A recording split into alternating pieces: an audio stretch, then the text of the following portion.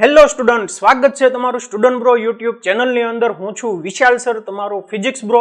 તો સ્ટુડન્ટ, આજના સેશનની અંદર આપણે ધોરણ 12 નું ચેપ્ટર નંબર 1 વિદ્યુત ભારો અને ક્ષેત્રોના ઉદાહરણ અને સ્વાધ્યાયના પ્રશ્નો સોલ્વ કરવાના છીએ. અને ઓલરેડી તમને ખબર છે કે જે ઉદાહરણ અને સ્વાધ્યાયના પ્રશ્નો બોર્ડની એક્ઝામ માટે ખૂબ જ ઇમ્પોર્ટન્ટ હોય છે. ઓકે, અને જે પ્રશ્નો સોલ્વ કરવાના છે એ પ્રશ્નો છે અકોર્ડિંગ ટુ રિડ્યુસ સિલેબસ. એટલે આપણો જે કંઈ રિડ્યુસ સિલેબસ થઈ ગયો છે એ પ્રમાણે જે કંઈ પ્રશ્નો છે એ તમામ પ્રશ્નો આપણે ડિટેલની અંદર ઉદાહરણ અને સ્વાધ્યાયના પ્રશ્નો આપણે સોલ્વ કરવાના છીએ. ઓકે સ્ટુડન્ટ, તો જો સ્ટુડન્ટ તમે સ્ટુડન્ટ બ્રો ઉપર નવા છો, સ્ટુડન્ટ બ્રો ચેનલને સબસ્ક્રાઇબ નથી કરી, તો સૌથી પહેલા તો સ્ટુડન્ટ બ્રો ચેનલને સબસ્ક્રાઇબ કરી દો. વિડીયો સારો લાગે તો લાઇક કરવાનું ભૂલતા નહીં. બીજી એક વાત કે જો તમે કમ્પ્લીટલી ફ્રીમાં જૂની અને નવી ટેક્સ્ટ બુકની પીડીએફ ફાઇલ જોતી છે, બોર્ડના જૂના પ્રશ્નપત્ર જોતા છે, નીટ અને જેઈના જૂના પ્રશ્નપત્ર જોતા છે, ફ્રીમાં ઘણા બધા વિડીયોઝ અવેલેબલ છે. એ તમારે જો કમ્પ્લીટલી જોતા હોય તો એના માટે પ્લે સ્ટોરમાં જાઓ અને અમારી application student bro for NEET JEE application download કરો, જેની અંદર કમ્પ્લીટલી તમને અહીંયા જે આપણે સ્વાધ્યાયના પ્રશ્નો સોલ્વ કરાવીએ છીએ તો એની જો તમારે નોટ્સ જોતી હોય તો એ નોટ્સ પણ તમને ત્યાં મળી જશે. ઓકે સ્ટુડન્ટ, તો જો તમે ચેનલ ઉપર નવા છો, ચેનલને સબસ્ક્રાઇબ નથી કરી તો ચેનલને સબસ્ક્રાઇબ કરી દો. અને આ એપ્લિકેશન હજી સુધી પણ જો તમે ડાઉનલોડ નથી કરીને તો ખાસ એકવાર ડાઉનલોડ કરી લો. ઓકે, આ સિવાય સ્ટુડન્ટ તમે અમને અમારા જે અન્ય સોશિયલ મીડિયાના પ્લેટફોર્મ છે એની ઉપર પણ તમે અમને ફોલો કરી શકો છો. તમે અમને ઇન્સ્ટાગ્રામ ઉપર ફોલો કરી શકો છો, ટેલિગ્રામ ચેનલ ઉપર ફોલો કરી શકો છો. આ સિવાય તમે અમને વોટ્સઅપમાં ફોલો કરી શકો છો. નીચે ડિસ્ક્રિપ્શનની અંદર એક વોટ્સઅપ ગ્રુપની લિંક આપેલી છે, એની ઉપર ક્લિક કરીને અત્યારે જ અમારી સાથે જોઈન થઈ જાઓ, જેથી કરીને અમારી દ્વારા જે કાંઈ ઇમ્પોર્ટન્ટ પીડીએફ ફાઇલ હોય છે, ઇમ્પોર્ટન્ટ મેસેજ આવતા હોય છે, ઇમ્પોર્ટન્ટ ન્યૂઝ આવતી હોય છે, તો એની નોટિફિકેશન સૌથી પહેલા તમને મળી રહે. તો ખાસ અત્યારે જ અમારી સાથે વોટ્સઅપ ગ્રુપમાં જોઈન થઈ જાઓ. આ સિવાય તમે અમને ઇન્સ્ટાગ્રામ અને ટેલિગ્રામ ચેનલ ઉપર ફોલો કરી શકો છો. ઓકે, તો સ્ટુડન્ટ આપણે સમય બગાડ્યા વગર જલ્દીથી સ્ટાર્ટ કરી દઈએ.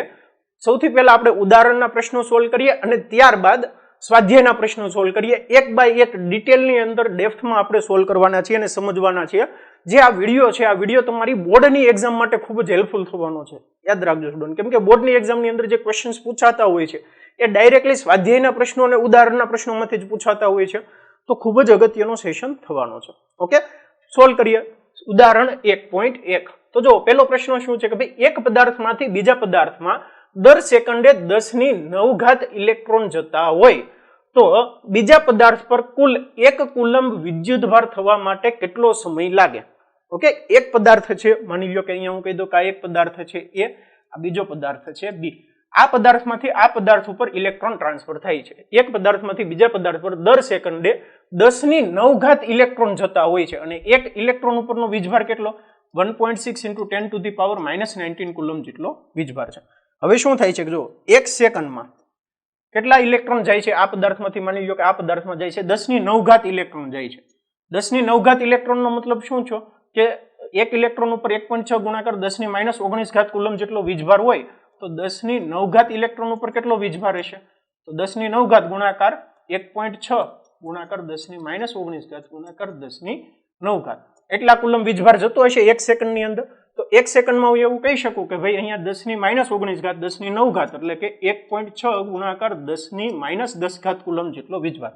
10⁻19 પ્લસ 9 10⁻10 કુલમ એટલે કે એક સેકન્ડની અંદર એ પદાર્થમાંથી બી પદાર્થ ઉપર કેટલો વીજભાર જાય છે? 1.6 ગુણાકાર 10⁻10 કુલમ જેટલો વીજભાર જાય છે. તો એક કુલમ વીજભાર થવા માટે કેટલો સમય લાગે? એક કુલમ વીજભાર થવા માટે કેટલો સમય લાગે?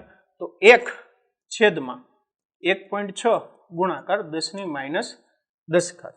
1/1.6 ગુણાકાર 10⁻10. તો આને આ રીતે લખી શકાય કે અંશમાં ગયા એટલે 10⁻+10 થઈ ગયા, છેદમાં 1.6. કેલ્ક્યુલેશન કાઢીએ.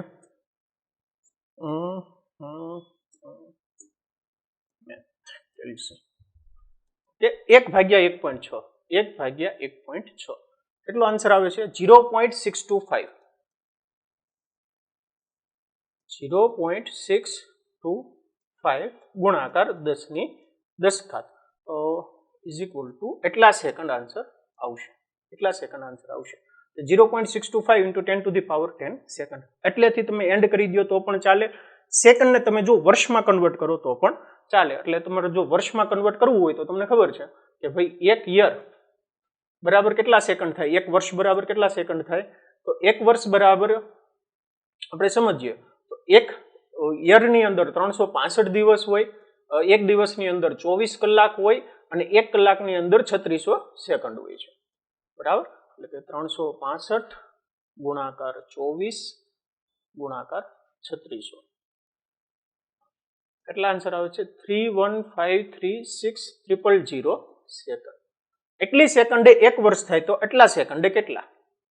બરાબર, સમજો કે 3153600 એ 1 યર થાય તો એટલા 0.625 into 10⁻10 કેટલા વર્ષ થાય? તો આના ભાગાકાર આના ભાગાકાર જો હું 3153600 મૂકી દઉં 3153600 તો મને વર્ષમાં આન્સર મળી જશે. બરાબર, કામ કરીએ, અહીંયા લખીએ is equal to 0.625 to 10⁻10 divide by 3153600 વર્ષ. કેલ્ક્યુલેશન કરો તો 0.625 આનો 1/, વ્યસ્ત લઈ લો એટલે 1/, વ્યસ્તનો આન્સર આવી ગયો, ગુણાકાર 0.625 કેટલો આન્સર આવ્યો? 1.9818 into 10⁻8 અને અહીંયા 10⁻10 ગુણાકારમાં હતા, 10⁻10 ગુણાકારમાં હતા એટલે વિધા કેટલા? 10 ની 10 ઘાત 10 ની -8 ઘાત એટલે 10 ની 2 ઘાત 2 વડે ગુણી નાખો એટલે 198.18 198.18 વર્ષ ને નિયરલી જોવા જઈએ તો છે 200 વર્ષ. નિયરલી જોવા જઈએ તો કહી શકાય કે 200 વર્ષ.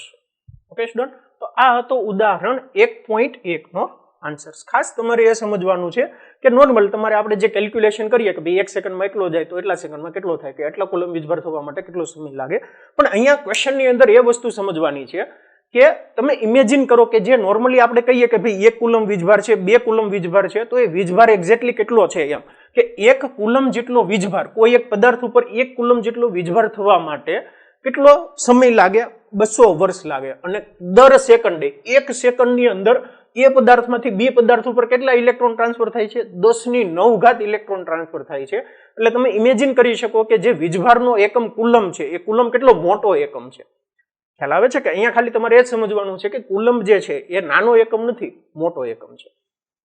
ઓકે, ચાલો નેક્સ્ટ ક્વેશ્ચન સોલ્વ કરીએ. Question number 2. Next question solve કરીએ કે ભાઈ ઉદાહરણ 1.2 એક પ્યાલા પાણીમાં કેટલા ધન અને ઋણ વીજભારો હશે. એટલે કે એક પ્યાલાની અંદર પાણી છે તો એ પાણીની અંદર કેટલા ધન વીજભાર છે, કેટલા ઋણ વીજભાર છે, એ પ્રશ્ન છે. તો નોર્મલી પ્યાલાની અંદર કેટલું પાણી છે એ નથી આપ્યું, તો સૌથી પહેલા તો તમારે ધારવું પડશે. જો એક્ઝામની અંદર ક્વેશ્ચન પૂછાય તો ડાયરેક્ટલી આ રીતે પૂછાય તો તમે ધારીને કરી શકો છો, અથવા તો જો ડાયરેક્ટલી અમાઉન્ટ આપી દીધી હોય તો એ પ્રમાણે કેલ્ક્યુલેશન કરી શકો છો કે આવી રીતે એક પ્યાલો છે, પ્યાલાની અંદર પાણી ભરેલું છે. માની લો કે પ્યાલાની અંદર પાણી ભરેલું છે, આપણે જી માસ એનું જે છે દળ, એનું દળ જે છે એ 180 ગ્રામ છે. કેટલું છે? 180 ગ્રામ. હમણાં આપણે સમજીએ કે 180 ગ્રામ કેમ લીધા, બરાબર? તો એક પ્યાલાને પાણીમાં કેટલા ધન અને કેટલા ઋણ વિદ્યુત ભારો છે, કેટલા કુલમ ધન વીજભાર છે, કેટલા કુલમ ઋણ વીજભાર છે કહેવાનું છે.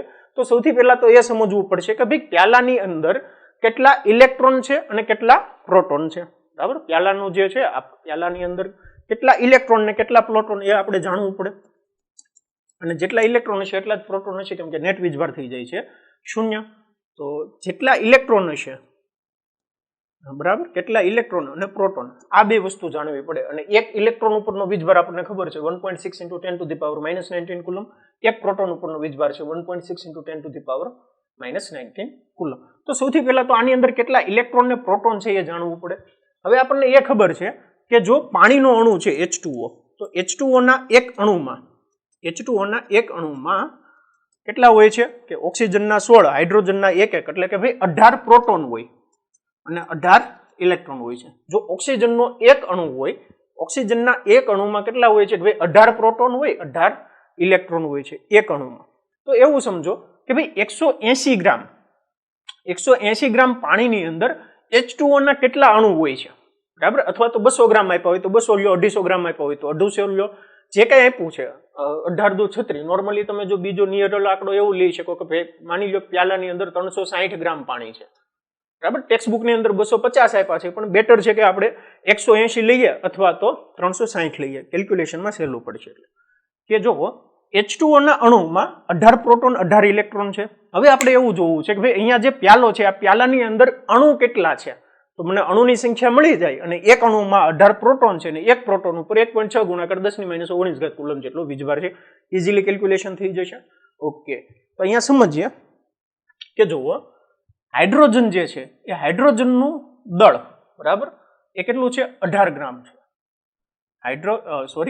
H2O પાણીનું H2O નું મોલર દળ કેટલું છે 18 ગ્રામ છે. કેમિસ્ટ્રીની અંદર તમે ભણ્યા હશો. H2O નું મોલર દળ છે 18 ગ્રામ. એનો મતલબ એવો છે કે જો હું 18 ગ્રામ પાણી લઉં ને, 18 ગ્રામ પાણી, તો 18 ગ્રામ પાણીની અંદર એવોગાડ્રો અંક જેટલા અણુઓ હોય, એટલે કે 6.022 ગુણાકાર 10⁻23 અણુ હોય છે. H2O નું મોલર દળ છે 18 ગ્રામ. H2O નું મોલર દળ 18 ગ્રામ હોય એટલે એનો મતલબ એવો છે કે ભાઈ 18 ગ્રામ પાણીની અંદર 6.022 ગુણાકાર 10⁻23 અણુઓ હોય. તો હું તમને એમ કહું કે ભાઈ 180 ગ્રામ પાણીમાં કેટલા અણુઓ હોય છે, તો 180 ભાગાકાર અહીંયા 18 આવી ગયા અને અહીંયા ગુણાકાર 6.022 ગુણાકાર 10⁻23 અણુ હોય છે. ઇઝ ઇક્વલ ટુ લખી શકાય કે અહીંયા આવે 10 એટલે 6.022 ગુણાકાર 10⁻24 અણુ છે કુલ. આ પ્યાલાની અંદર H2O ના, અહીંયા જે પ્યાલો છે પ્યાલાની અંદર H2O ના કેટલા અણુ હશે, 6.022 ગુણાકાર 10⁻24 અણુ હશે. એક અણુ ઉપરનો વીજભાર ખબર છે તમને, એક અણુ ઉપર 18 પ્રોટોન છે 18 ઇલેક્ટ્રોન છે, તો એક અણુ ઉપર કુલ ધન વીજભાર કેટલો હશે, તો હું એમ કહી શકું કે ભાઈ એક અણુ ઉપર ધન વીજભાર કેટલો છે 18 ગુણાકાર 1.6 ગુણાકાર 10⁻19 કુલમ જેટલો વીજભાર હશે. 18 ગુણાકાર 1.6 ગુણાકાર 10⁻19 કુલમ જેટલો વીજભાર હશે.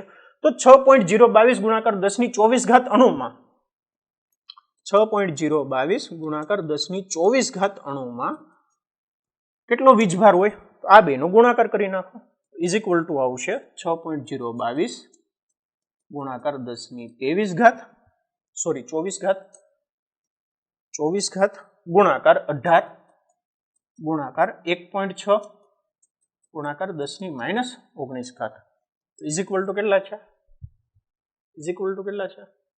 ગણો 6.022 ગુણાકાર 18 ગુણાકાર 1.6 173.43 173.43 into 10 to the power 24 - 19 એટલે 5 10⁵ કુલમ જેટલો વીજભાર હશે.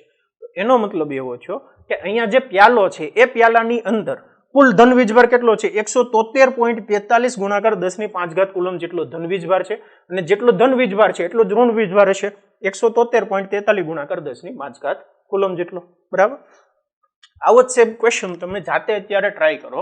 માની લો કે ભાઈ પ્યાલાની અંદર તમને ક્વેશ્ચનમાં આપી દીધું છે કે ભાઈ પ્યાલાની અંદર જેનું દળ છે એ દળ છે 250 ગ્રામ.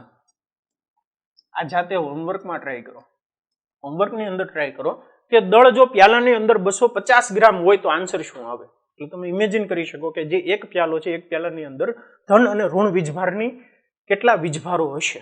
બરાબર, એટલા કુલમ જેટલા વીજભાર હશે. 173.43 into 10 to the power 5 coulomb જેટલો વીજભાર હશે. ધન વીજભાર એટલો જ ઋણ વીજભાર હશે. નેટ વિદ્યુતભાર કેવો છે, 0 છે. ઓકે, નેક્સ્ટ ક્વેશ્ચન સોલ્વ કરીએ કે ઉદાહરણ 1.3. ઇન્ટરેસ્ટિંગ ઉદાહરણ છે 1.3. વિડીયોને પોઝ કરો અને ટ્રાય કરો સોલ્વ કરવા માટે. સમજીએ ઉદાહરણ 1.3 શું કહેવા માંગે છે કે ભાઈ બે બિંદુવત વિદ્યુતભારો વચ્ચેના સ્થિત વિદ્યુત બળ માટેનો કુલમનો નિયમ અને બે સ્થિર બિંદુવત દળો વચ્ચેના ગુરુત્વીય બળ માટે ન્યૂટનનો નિયમ એ બંનેનો આધાર વિદ્યુતભારો અને દળો વચ્ચેના અંતરના વ્યસ્ત વર્ગ પર છે. આપણે જોઈ ચૂક્યા છીએ કે ભાઈ જે ગુરુત્વાકર્ષણ બળ છે એ છે G m1 m2 divide by r2 અને બીજું છે K q1 q2 divide by r2, એટલે અંતરના વર્ગના વ્યસ્ત પ્રમાણ પર આધારિત છે.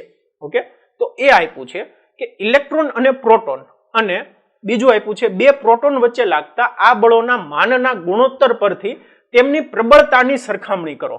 બરાબર. બી આપ્યું છે ઇલેક્ટ્રોન અને પ્રોટોન 1 એંગસ્ટ્રોમ દૂર હોય ત્યારે તેમના પરના પરસ્પર આકર્ષણ બળથી ઉદ્ભવતા ઇલેક્ટ્રોન અને પ્રોટોનના પ્રવેગ શોધો. માસ ઓફ પ્રોટોન આપી દીધું છે, માસ ઓફ ઇલેક્ટ્રોન આપી દીધું છે. તો સૌથી પહેલા આપણે ઓપ્શન એ ફાઇન્ડ કરીએ. એની અંદર શું કીધું છે કે ઇલેક્ટ્રોન અને પ્રોટોન એની અંદર 2 પાર્ટ છે 1 અને 2. એનો પહેલો પાર્ટ છે કે ભાઈ ઇલેક્ટ્રોન અને પ્રોટોન વચ્ચે, અને બીજું છે 2 પ્રોટોન વચ્ચે લાગતા આ બળોના માનના ગુણોત્તર, એનું જે મૂલ્ય છે મૂલ્યના ગુણોત્તર ફાઇન્ડ કરવાના છે ને એના ઉપરથી આપણે કહેવાનું છે કે ભાઈ કયું પ્રબળ છે કયું ઓછું છે. તો સૌથી પહેલા કયું આપ્યું છે વિદ્યુત બળના છેદમાં વિદ્યુત બળ માટે કુલમનો નિયમ અને બિંદુવત દળો વચ્ચે ગુરુત્વાકર્ષણ બળનો નિયમ. એટલે એવું છું કે ભાઈ તમારે એવું કહેવાનું છે કે ભાઈ દળ F પેલો કયો છે કુલમનો, ઇલેક્ટ્રિક ફોર્સના છેદમાં F ગ્રેવિટેશન ફોર્સ, ઇલેક્ટ્રિક ફોર્સના છેદમાં ગ્રેવિટેશન ફોર્સનો ગુણોત્તર ફાઇન્ડ કરવાનો છે. કોના માટે? ઇલેક્ટ્રોન પ્રોટોન માટે અને સેકન્ડની અંદર 2 પ્રોટોન માટે. તો ઇલેક્ટ્રોન અને પ્રોટોન માટે શું થશે? Force of electric force K Q1 Q2, એટલે ઇલેક્ટ્રોન અને પ્રોટોન ઉપરનો વીજભાર કેટલો છે? E જેટલો હોય એટલે K E² divide by R² એની છેદમાં Fg. બરાબર. ગ્રેવિટેશન ફોર્સ કેટલું લાગશે ઇલેક્ટ્રોન અને પ્રોટોન ઉપર? આ ઇલેક્ટ્રોન છે, આ છે પ્રોટોન, એકબીજાથી માની લો કે r અંતરે છે. તો અહીંયા ઇલેક્ટ્રિક ફોર્સ કેટલું લાગશે? આની ઉપર વીજભાર E, આની ઉપર વીજભાર K E² divide by R². આની ઉપર ગુરુત્વાકર્ષણ બળ કેટલું લાગશે? તો G m1 m2 divide by R². અને m1 m2 બરાબર આપણે અહીંયા લખી લઈએ કે mass of electron mass of proton, G mass of electron mass of proton divide by R². એટલું થશે. તો આ થશે ઇલેક્ટ્રિક ફોર્સ અને ગ્રેવિટેશન ફોર્સનો ગુણોત્તર. R² ઉડી ગયા, વધ્યા કેટલા? K E² છેદમાં G mass of electron mass of proton. કિંમત મૂકી દો. K ની કિંમત કેટલી? 9 ગુણાકાર 10⁹ E 1.6 into 10 to the power -19 coulomb નો વર્ગ છેદમાં G ની કિંમત કેટલી છે? 6.67 into 10 to the power -11. 6.67 G ની કિંમત કેટલી છે? 6.67 into 10 to the power -11.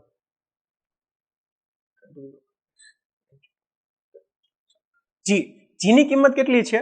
6.67 into 10 to the power -11 multiply by mass of electron, ઇલેક્ટ્રોનનું દળ આપી દીધું છે 9.11 into 10 to the power -31 kg, 9.11 into 10 to the power -31 kg multiply by mass of proton 1.67 into 10 to the power -27 kg, 1.67 into 10 to the power -27 kg. સાદુરૂપ આપો, સાદુરૂપ આપો. ચાલો 9 ખાસ સમજો, 9 ગુણાકાર 1.6 ગુણાકાર 10⁻19 નો વર્ગ છે, એટલે કે 1.6 ગુણાકાર 1.6, 1.6 ગુણાકાર 1.6. ઓકે. ભાગાકાર 6.67, ભાગાકાર 6.67. જે કાંઈ જવાબ આવે એનો પાછો ભાગાકાર કરવાનો 9.11 સાથે, 9.11 સાથે. હજી ભાગાકાર 1.67, 1.67. કેટલા થયા? 0.2270, 0.2270, 0.2270 મલ્ટીપ્લાય બાય 10 ની ઘાત જોવો, -19 ગુણાકાર 2, 19 ગુણાકાર 2 38 છે, 19 દુ 38 પ્લસ 9 માઇનસ 38, 9 માઇનસ 38. અંશમાં કેટલી આવી? 10 ની -29 ઘાત અંશમાં છે. ઓકે. છેદમાં જોઈએ તો 11 વત્તા 31 વત્તા 27 કુલ કેટલી થઈ? 69 છેદમાં -69. બરાબર. અંશમાં ગયા એટલે +69 થઈ ગયા, એમાંથી બાદ થશે 29 એટલે ઘાત આવશે 40. 0.2270 ગુણાકાર 10 ની 40 ઘાત. એટલે આને હું લખી શકું કે ભાઈ 2.270 multiply by 10 to the power 39, 10 to the power 39 આ રીતે લખી શકાય. ઓકે. તો આનો મતલબ એવો છે, જુઓ કે એક ઇલેક્ટ્રોન છે એક પ્રોટોન છે, આ બંનેને જો એક ફિક્સ અંતરે રાખ્યા હોય તો એમની વચ્ચે જે ઇલેક્ટ્રિક ફોર્સ લાગે છે ને જે ગ્રેવિટેશન ફોર્સ લાગે છે, ગુરુત્વાકર્ષણ બળ લાગે છે, એનો રેશિયો જોવા જઈએ ને તો અહીંયા છે 10⁻39 ઘાત. તો ઇમેજિન કરી શકો કે જે ઇલેક્ટ્રિક ફોર્સ છે, વિદ્યુત બળ છે, વિદ્યુત બળનું મૂલ્ય ગુરુત્વાકર્ષણ બળના મૂલ્ય કરતા કેટલું બધું વધારે છે. ખ્યાલ આવે છે કે જે વિદ્યુત બળ છે એ વિદ્યુત બળ ગુરુત્વાકર્ષણ બળ જે લાગે છે એની કરતા 10⁻39 ગણું લાગે છે. ડાયરેક્ટલી એક ક્વેશ્ચન આના ઉપર પૂછાય છે કે ભાઈ ઇલેક્ટ્રિક ફોર્સ અને ગ્રેવિટેશન ફોર્સનો ગુણોત્તર જો ઇલેક્ટ્રોન પ્રોટોન હોય તો કેટલું લાગે, તો 10⁻39. ડાયરેક્ટલી આ આન્સર આપી શકો છો. ઓકે, ચાલો આવી જ રીતે આપણે સેકન્ડ પાર્ટ ફાઇન્ડ કરીએ. સેકન્ડ પાર્ટની અંદર શું છે, બે પ્રોટોન વચ્ચે લાગતા આ બળોના માનનો ગુણોત્તર. તો બે પ્રોટોન છે, અહીંયા એક પ્રોટોન છે, બીજો પ્રોટોન છે, તો Fe ના છેદમાં Fg કિંમત આવશે ke² ના છેદમાં r², kg એમ પ્રોટોન છે તો mp એમ્પીર છેદમાં r², તો સેમ ke² ના છેદમાં gmp નો સ્ક્વેર, માસ ઓફ પ્રોટોનનો વર્ગ. ઓકે, ચાલો ગુણોત્તર ફાઇન્ડ કરો. 9 ગુણાકાર 10⁹ મલ્ટીપ્લાય બાય 1.6 into 10⁻⁻19 આખાનો વર્ગ છેદમાં g 6.67 into 10⁻11. Mass of proton કેટલા છે, 1.67 into 10⁻27 kg આખાનો સ્ક્વેર. ઓકે, કેલ્ક્યુલેશન કરો. 9 ગુણાકાર 1.6 ગુણાકાર 1.6 23.04 ભાગાકાર 6.67 ભાગાકાર 1.67 divided by 1.67. ઓકે, તો 1.23 મલ્ટીપ્લાય બાય 10 ની નીચે 27 ગુણાકાર 2 54 અને -11 એટલે +11. કુલ થઈ ગઈ નીચે 65 10⁻⁻65 અંશમાં ગયા એટલે +65 +9 એટલે 74, એમાંથી -19 55 -19 કુલ કેટલી થાય, 10⁻36 આવે છે. 10⁻36 આવે. તો બંને ઉપરથી આપણે સમજી શકીએ છીએ કે જો ઇલેક્ટ્રોન પ્રોટોન હોય તો એમની વચ્ચે જે વિદ્યુત બળ લાગે છે, વિદ્યુત બળ કેટલું ગુરુત્વાકર્ષી બળ કરતા વધારે છે, 10⁻39 ગણું.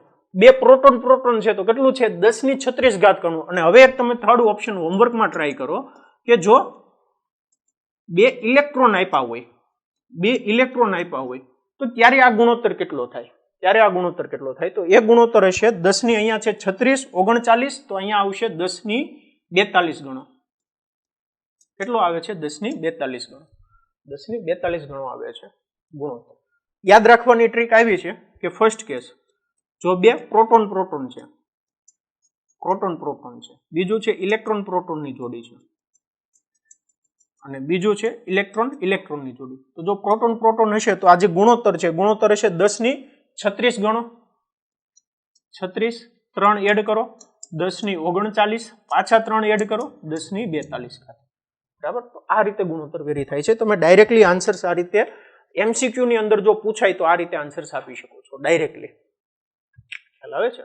તો આ થઈ ગયો ઓપ્શન એ કે ઇલેક્ટ્રોન પ્રોટોન અને બે પ્રોટોન વચ્ચે લાગતા આ બળોના માનનો ગુણોત્તર પરથી તેમની પ્રબળતાની સરખામણી કરો. અહીંયા આપણે પ્રબળતાની સરખામણી કરી શકીએ છીએ કે જે વિદ્યુત બળ છે એ ગુરુત્વાકર્ષણ બળની સરખામણીમાં કેટલું પ્રબળ છે, 10⁻39 ગણું, 10⁻36 ગણું, 10⁻42 ગણું પ્રબળ છે, એટલે કે ખૂબ જ પ્રબળ કહી શકાય. ચાલો સેકન્ડ ઓપ્શન ફાઇન્ડ કરીએ કે બી, ઇલેક્ટ્રોન અને પ્રોટોન 1 એંગસ્ટ્રોમ દૂર હોય ત્યારે તેમના પરના પરસ્પર આકર્ષણ બળથી ઉદ્ભવતા ઇલેક્ટ્રોન અને પ્રોટોનના પ્રવેગ શોધો. ઇલેક્ટ્રોન અને પ્રોટોનના પ્રવેગ શોધવાના છે. તો અહીંયા સમજીએ, જો ઇલેક્ટ્રોન અને પ્રોટોન નેક્સ્ટ સ્લાઇડ ઉપર લઈ લઈએ. બી પોર્શન શું છે, એક ઇલેક્ટ્રોન અહીંયા છે, એક પ્રોટોન અહીંયા છે, એકબીજાથી 1 એંગસ્ટ્રોમ અંતરે આવેલા છે. 1 એંગસ્ટ્રોમનો મતલબ એવો થાય કે 10⁻−10 મીટર અંતરે આવેલા છે, 1 એંગસ્ટ્રોમ અંતરે આવેલા છે. તો તેમના પર પરસ્પર આકર્ષણ બળથી ઉદ્ભવતા ઇલેક્ટ્રોન અને પ્રોટોનના પ્રવેગ શોધો. તો અહીંયા જો ઇલેક્ટ્રોન અને પ્રોટોન ઉપર કયા બળ લાગશે પેલા એ વિચાર. એક અહીંયા ઋણ વીજભાર છે, અહીંયા ધન વીજભાર છે, એટલે બંને વચ્ચે એક આકર્ષણ બળ લાગશે. કયું આકર્ષણ બળ હશે, વિદ્યુતીય આકર્ષણ બળ, વિદ્યુતીય બળ. અને સેકન્ડ હશે ગુરુત્વાકર્ષણ બળ. બીજું છે ગુરુત્વાકર્ષણ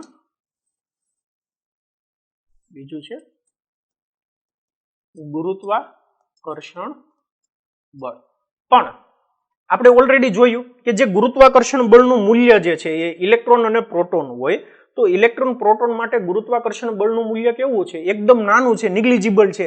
ઇલેક્ટ્રિક ફોર્સ 10⁻39 ગણું છે, ગુરુત્વાકર્ષણ બળ નિગ્લિજિબલ છે.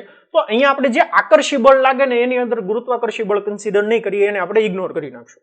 ઓકે, તો ખાલી બળ કયું લાગશે? હવે એક લાગશે ઇલેક્ટ્રિક ફોર્સ.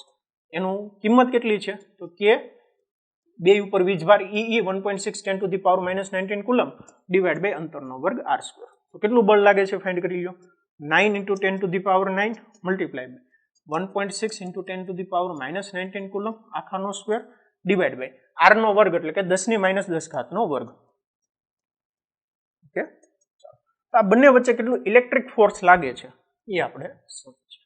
કેટલું ઇલેક્ટ્રિક ફોર્સ લાગે છે? 9 ગુણાકાર 1.6 ગુણાકાર 1.6 23.04 ગુણાકાર 10 -10 ગુણાકાર -10 એટલે -20 અંશમાં ગયા એટલે 29 થઈ ગયા. તો 29 -19 અને બીજા -19 -9 23.04 ગુણાકાર 10⁻9 ન્યૂટન જેટલું બળ લાગે છે. ફોર્સ ઓફ ઇલેક્ટ્રિક ફોર્સ એટલું આકર્ષણ બળ લાગે. હવે જુઓ અહીંયા જે પદાર્થ છે, આ પદાર્થ ઉપર આ ડાયરેક્શન ની અંદર અહીંયા ઇલેક્ટ્રોન છે, તો ઇલેક્ટ્રોન ઉપર આ ડાયરેક્શન ની અંદર બળ લાગે છે Fe જેટલું.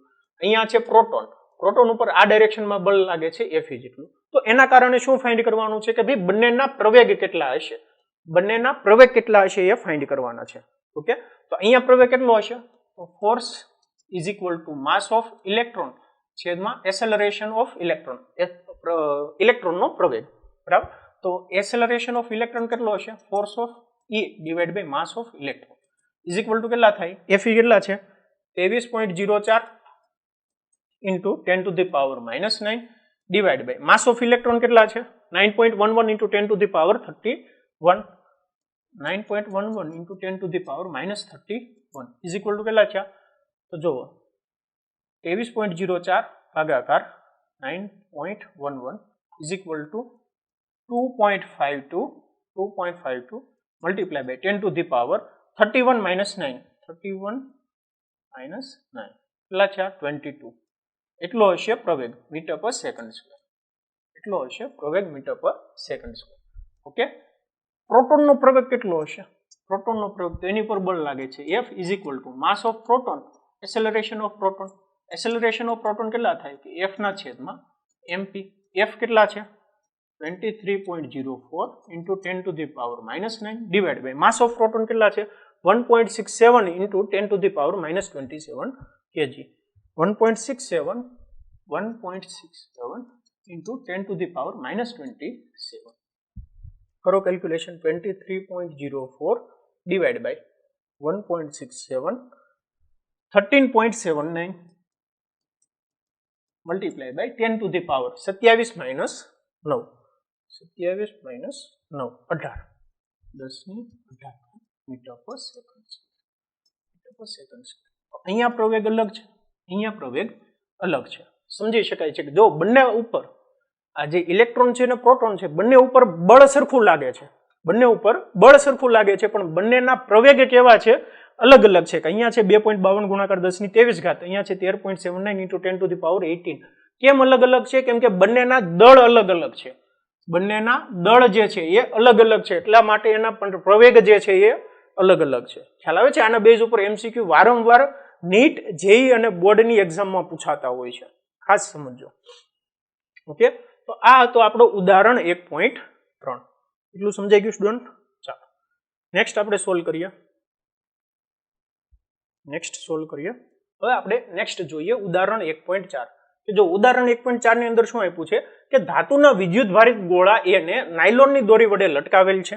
કે અહીંયા કોઈ એક ગોળો છે, આ ગોળાને એક દોરી સાથે લટકાવેલ છે, આને કહીએ ગોળો A.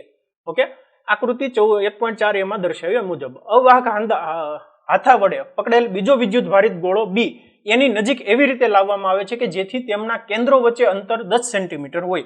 અહીંયા બીજો કોઈ ગોળો છે B, એના કેન્દ્ર વચ્ચેનું અંતર છે 10 સેન્ટીમીટર. આની ઉપર માની લો વીજભાર છે Q1, આની ઉપર માની લો વીજભાર છે Q2. તો આનાથી એનું અપાકર્ષણ નોંધવામાં આવે, આનાથી કેટલું અપાકર્ષી બળ લાગે નોંધવામાં આવે. તો અપાકર્ષી બળ કુલમના નિયમ પ્રમાણે શું થશે કે K Q1 Q2 divide by અંતર આને કહી દો, માની લો કે R1 બરાબર 10 સેન્ટીમીટર છે, તો R1 નો સ્ક્વેર એટલું અંતર નોંધવામાં આવે છે અપાકર્ષી બળ. ઓકે, ચાલો દાખલા તરીકે એક પ્રકાશ કિરણ વડે પ્રકાશિત પડદા પર તેનું આવર્તન કે સ્થાનાંતરણ માપીને કોઈ પણ મેથડથી તમે કર્યું. આપણે આ સૂત્ર ખબર છે KQ1 Q2 / R12. ઓકે, હવે શું છે, A અને B ગોળાઓને અનુક્રમે C અને D વિદ્યુતભાર રહિત ગોળા, C અને D કેવો છે, વિદ્યુતભાર રહિત ગોળા સાથે આકૃતિ 1.4b માં દર્શાવ્યા મુજબ સ્પર્શ કરવામાં આવે છે. હવે C અને D ને દૂર કરી B અને A ની નજીક તેમના કેન્દ્રો વચ્ચેનું અંતર 5 સેન્ટીમીટર થાય તેમ લાવવામાં આવે છે. તો કુલમના નિયમના આધારે એનું અપાકર્ષણ કેટલું થશે? A અને C ગોળાઓ તથા B અને D ગોળાઓના પરિમાણ સમાન છે. A અને B ના કેન્દ્ર વચ્ચેના અંતરની સરખામણીમાં તેમના પરિમાણ અવગણો. ઓકે, હવે શું કીધું છે કે ભાઈ A ગોળો છે, આ A ગોળાને હું નજીક લઈ જાઉં છું, બીજો એક C અને D છે, તો C અને D ને દૂર કરી B અને A ની નજીક તેમના કેન્દ્રો, સોરી ક્યાં છે આપણે, A અને B ગોળાઓને અનુક્રમે C અને D વિદ્યુતભાર રહિત ગોળાઓ સાથે સ્પર્શ કરાવવામાં આવે. તો A ને C સાથે સ્પર્શ કરાવવામાં આવ્યો, તો આની ઉપર વીજભાર હતો Q1, આની ઉપર કોઈ વીજભાર નહોતો, એટલે હવે જો સ્પર્શ કરાવીને અલગ કરી દઉં, બે ના પરિમાણ સમાન છે, એટલે A ગોળા ઉપર હશે વીજભાર Q1 ના છેદમાં 2, C ગોળા ઉપર હશે વીજભાર Q1 / 2. ઓકે, B અને D ને સ્પર્શ કરાવીને છોડતા B ઉપર વીજભાર કેટલો આવી જશે અને D ઉપર વીજભાર કેટલો આવી જશે? તો B ઉપર હતો Q2, બે ના પરિમાણ સરખા છે એટલે બે ની ત્રિજ્યા સરખી છે, બે ને સ્પર્શ કરાવવાને છોડી દીધા એટલે આની ઉપર વીજભાર આવી જશે Q2 / 2, આની ઉપર આવી જશે વીજભાર Q2 / 2, Q2 / 2 વીજભાર આવી જશે. ઓકે, કેમ કે બંનેના પરિમાણ સરખા છે. જો પરિમાણ અલગ અલગ હોય તો આપણે નેક્સ્ટ ચેપ્ટરની અંદર ડેપ્થમાં સમજવાના છીએ કે કઈ રીતે વીજભારનું વહન થાય છે અને કેટલો વીજભાર થાય છે. ઓકે, ચાલો સ્પર્શ કરાવવામાં આવે છે. C અને D ને દૂર કરી નાખ્યા, B અને A ની નજીક તેમના કેન્દ્ર વચ્ચેનું અંતર 5 સેન્ટીમીટર થાય તેમ લાવવામાં આવે. હવે કેન્દ્ર વચ્ચેનું અંતર કેટલું થઈ ગયું? 5 સેન્ટીમીટર આવે એવી રીતે A અને B ને મૂકવામાં આવે છે. A અને B ઉપર વીજભાર કેટલો? A ઉપર Q1 / 2, આની ઉપર Q2 / 2. હવે આ અંતર છે 5 સેન્ટીમીટર. ઓકે, તો લાવવામાં આવે છે. કુલમના નિયમના આધારે એનું અપાકર્ષણ કેટલું થશે? તો એનું અપાકર્ષણ કેટલું થાય એ જોઈએ આપણે. એનું અપાકર્ષણ કેટલું થાય? F is equal to K Q1 / 2 વીજભાર છે, આની ઉપર Q2 / 2 વીજભાર છે, છેદમાં એમના અંતરનો વર્ગ, એટલે 5 સેન્ટીમીટર અંતર છે, તો અંતર બરાબર કેટલું થાય? પેલા તો 10 સેન્ટીમીટર, હવે થઈ ગયું 5 સેન્ટીમીટર, એટલે કે આને કહી દો R2, તો R2 બરાબર કેટલા છે? R1 / 2 છે, R1 / 2 છે. ઓકે, ચાલો અંતર થઈ ગયું R1 / 2, તો R1 / 2 આખાનો વર્ગ ઇઝ ઇક્વલ ટુ કેટલા થાય? જો અહીંયા 1/4 આવશે, 2 ને 2 4, 4 4 ઉડી ગયા, એટલે વિધા કેટલા? કે Q1 Q2 / R1 નો સ્ક્વેર. એટલે જે નવું બળ છે F ડેશ કહી દો, નવું બળ F ડેશ, તો F ડેશ બરાબર કેટલું થાય? F થાય. તો પેલા જે કઈ બળ લાગતું હતું એટલું જ બળ અત્યારે લાગશે. ખ્યાલ આવે છે કે પેલા જે F બળ લાગતું હતું કે Q1 Q2 / R1 નો સ્ક્વેર, હવે પણ એટલું જ બળ લાગશે. અને જો 5 સેન્ટીમીટર હું નજીક લાવી દઉં છું, અંતર અડધું કરી દીધું તો પણ કેમ કે એની ઉપરનો જે વીજભાર જે છે એ વીજભાર કેવો થઈ જાય છે? અડધો થઈ જાય છે. ઓકે, ચાલો નેક્સ્ટ ક્વેશ્ચન સોલ્વ કરીએ. ઉદાહરણ 1.5. વિડીયોને પોઝ કરો, ટ્રાય કરો સોલ્વ કરવા માટે. શું આપ્યું છે કે L લંબાઈના સમબાજુ ત્રિકોણના શિરોબિંદુઓ પર 3 વિદ્યુતભાર Q1 Q2 અને Q3 આપેલા છે ને દરેક ઉપર Q બરાબર છે, બધાયનો વીજભાર Q છે, એટલે સમજો અહીંયા Q છે, Q છે, Q છે. ઓકે, આકૃતિ 1.6 માં દર્શાવ્યા મુજબ ત્રિકોણના મધ્ય કેન્દ્ર પર, અહીંયા સેન્ટર પર મૂકેલા વિદ્યુતભાર કેપિટલ Q પર લાગતું બળ કેટલું થાય એ ફાઇન્ડ કરવાનું છે. આ રીતે આકૃતિ આપી છે, Q વીજભાર, Q વીજભાર, Q વીજભાર, અહીંયા સેન્ટર પોઈન્ટ કેપિટલ Q વીજભાર છે. ઓકે, તો Q વીજભાર ઉપર લાગતું બળ ફાઇન્ડ કરવાનું છે. તો પેલા બળને કેલ્ક્યુલેશન કરીએ આપણે, કે વિચારો જોઈએ. Q વીજભાર છે પ્લસ Q વીજભાર છે, બે ધન વીજભાર છે, બળ લાગશે આ ડાયરેક્શનની અંદર. અહીંયા Q વીજભાર છે, અહીંયા Q વીજભાર છે, એના કારણે બળ લાગશે આ ડાયરેક્શનની અંદર. અહીંયા Q વીજભાર છે, અહીંયા Q વીજભાર છે, બળ લાગશે આ ડાયરેક્શનની અંદર. તો બંને બળના મૂલ્ય કેવા હશે? સમાન હશે. બધા બળના મૂલ્ય કેવા હશે? સમાન હશે. અહીંયા આપણે સમજી શકાય કે આપણે ઓલરેડી આવો કેસ ભણી ચૂક્યા છીએ થિયરીની અંદર, કે જ્યારે સમબાજુ ત્રિકોણ હોય, સમબાજુ ચોરસ હોય, તો એના કેન્દ્ર ઉપર નેટ બળ કેવું લાગે છે? શૂન્ય લાગે છે. કેન્દ્ર ઉપર નેટ બળ કેવું લાગે? શૂન્ય લાગે છે. ઓકે, આવી રીતે ષટકોણ આપ્યો હોય, પંચકોણ આપ્યો હોય, એના કેન્દ્ર ઉપર નેટ બળ શૂન્ય લાગે. કઈ રીતે લાગશે આપણે સમજીએ. તો જુઓ, અહીંયા હું આના બે ઘટક લઈશ, આ F ના બે ઘટક લઉં. એક આ લઉં F, માની લો અહીંયા ખૂણો છે થીટા, F cos થીટા. આ બાજુનો ઘટક એ શું આવશે? F cos theta. અંશનો ઘટક શું આવશે? F sin theta. આ બાજુનો ઘટક શું આવશે? F sine theta. તો અહીંયા F sine theta plus F sine theta કરીશ તો એનો આન્સર એફ બરાબર આવશે. અહીંયા છે એફ કોસ થીટા, આ બધું એફ કોસ થીટા, એ બે કિંમત તો ઉડી ગઈ. ખ્યાલ આવે છે? તો આ રીતે જો તમે કેલ્ક્યુલેશન કરશો તો આન્સર આવશે 0. કેટલો આન્સર આવશે? 0 આન્સર આવશે. ઓકે, કેલ્ક્યુલેશન કરીને તમે ફાઇન્ડ કરી શકો છો. અહીંયા એંગલમાં નીલો ફાઇન્ડ કરો કે જુઓ કે અહીંયા આ જે બળ લાગે છે, આ બળ લાગે છે અહીંયા થીટા કેટલો છે? આખો 60 છે. 60 ના સેન્ટરમાંથી જાય એટલે થીટા બરાબર 30 ડિગ્રીનો લાગે. બરાબર, એટલે એફ કોસ 30 બે ઉડી ગયા. એફ સાઇન 30 અને એફ સાઇન 30. તો એફ વાય ડાયરેક્શનની અંદર હું વિચારું તો આ ડાયરેક્શનની અંદર એફ લાગે, ઉપરની ડાયરેક્શનમાં એફ સાઇન 30 લાગે. કે 2f સાઇન 30 માઇનસ એફ નીચેની ડાયરેક્શનમાં છે.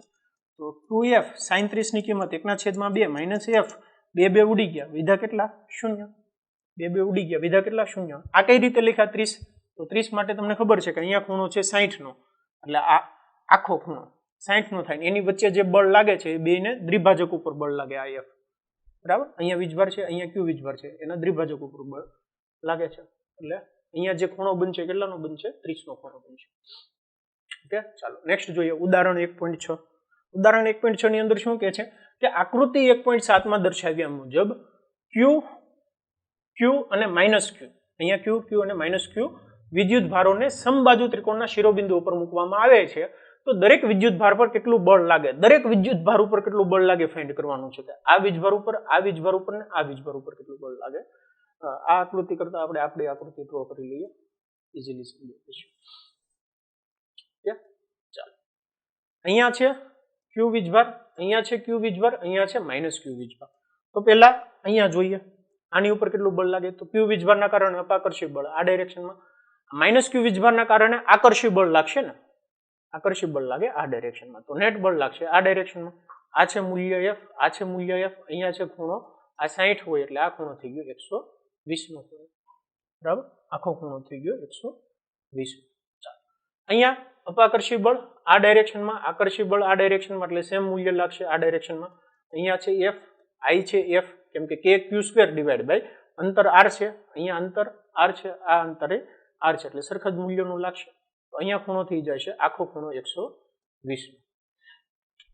આ કેસની અંદર જોઈએ ક્યુ વીજભાર માઇનસ ક્યુ વીજભાર, આકર્ષી બળ આ ડાયરેક્શનમાં, ક્યુ વીજભાર માઇનસ ક્યુ વીજભાર, આકર્ષી બળ આ ડાયરેક્શનમાં. તો નેટ બળ લાગે છે નીચેની ડાયરેક્શનમાં. અહીંયા ખૂણો કેટલાનો છે? 60. અહીંયા ખૂણો કેટલાનો છે? 60. ઓકે, તો જો અહીંયા હું ફાઇન્ડ કરું આ એફ, પરિણામી બળ આપણે ઇઝીલી ફાઇન્ડ કરી શકીએ. તો એફ રિઝલ્ટન્ટ બરાબર આપણને ખબર છે સ્ક્વેર રૂટની અંદર f1 નો સ્ક્વેર પ્લસ f2 નો સ્ક્વેર પ્લસ 2f1 f2 બે સદિશ વચ્ચેનો ખૂણો cos 120. આ રીતે આપણે ઇઝીલી આન્સર મૂકી શકીએ. f1 square plus f2 square plus 2f1 f2 cos 120. cos 120 ની કિંમત શું થાય? All STC. બરાબર, cos 90 પ્લસ 120 એટલે આને હું લખી શકું કે cos 90 plus 30 degree. cos 90 plus 30 ડિગ્રીનો આન્સર શું આવે? ઓલ 30. અહીંયા સાઇન વિધેય ધન છે, બાકી બધાય ઋણ છે, એટલે કે cos 90 પ્લસ 30 નો આન્સર આવશે minus sign 30. Minus sign 30 answer આવશે. તો એની જો કિંમત મૂકી દઈએ અહીંયા તો શું આવશે કે ઇઝ ઇક્વલ ટુ સ્ક્વેર રૂટની અંદર f1, f બરાબર કહી દો, f બરાબર k ક્યુ સ્ક્વેર છેદમાં અહીંયા જે અંતર આપ્યું હોય એ આપ્યું હોય તો એનો વર્ગ. બરાબર, એટલે અહીંયા જે f1 f2 બધા કેસની અંદર કેવા છે? સમાન જ છે. અહીંયા આવશે f નો સ્ક્વેર પ્લસ f નો સ્ક્વેર માઇનસ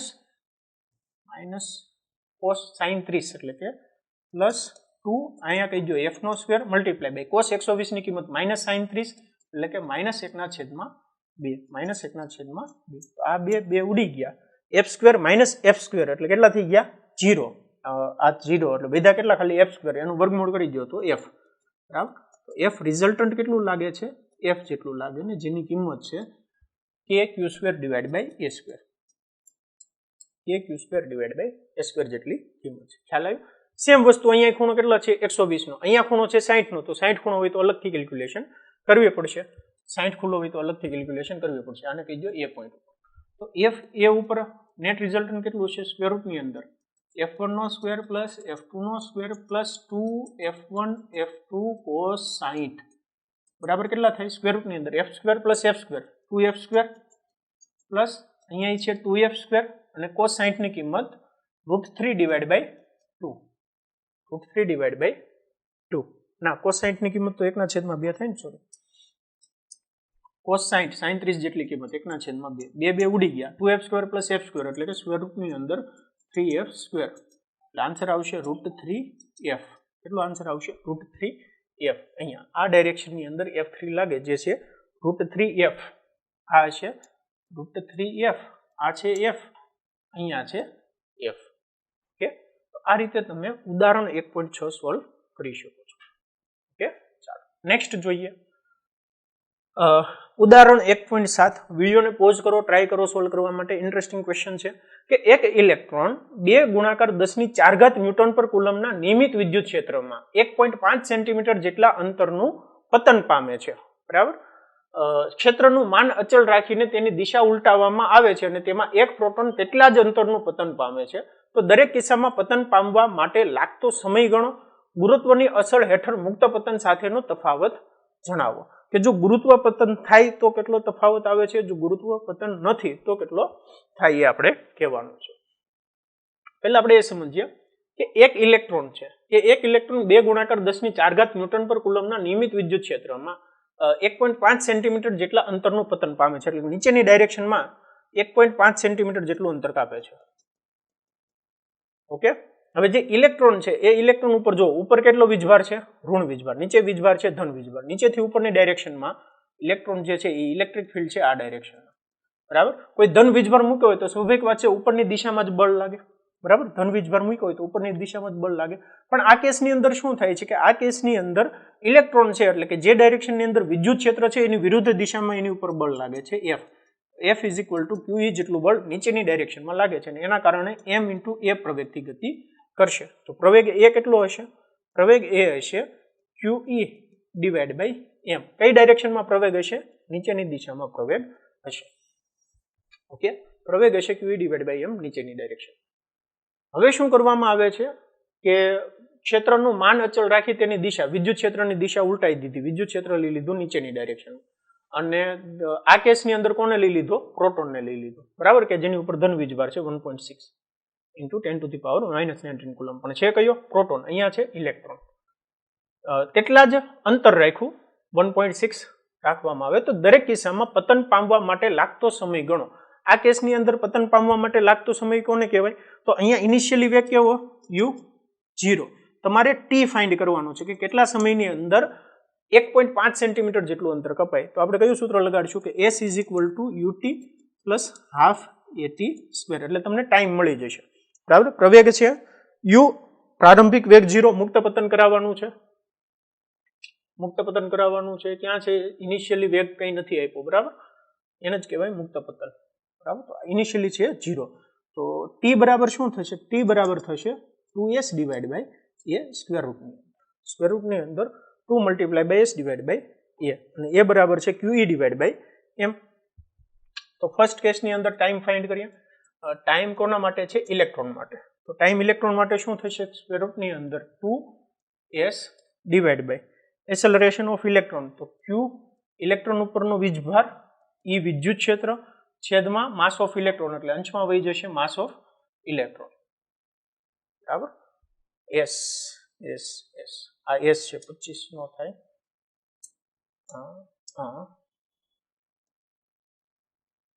આ છે સ્થાનાંતર. સ્થાનાંતરને હું કહી દઉં છું d એટલે કન્ફ્યુઝન ન થાય. બરાબર, 2d માસ ઓફ ઇલેક્ટ્રોન છેદમાં QE / e. આના કારણે તમે ટાઈમ ઓફ e ફાઇન્ડ કરી શકો છો. સ્ક્વેર રૂટની અંદર 2 ગુણાકાર કેટલું ડિસ્ટન્સ કાપવાનું છે? 1.5 સેન્ટીમીટર એટલે 0.15015. માસ ઓફ ઇલેક્ટ્રોન 9.11 × 10⁻31.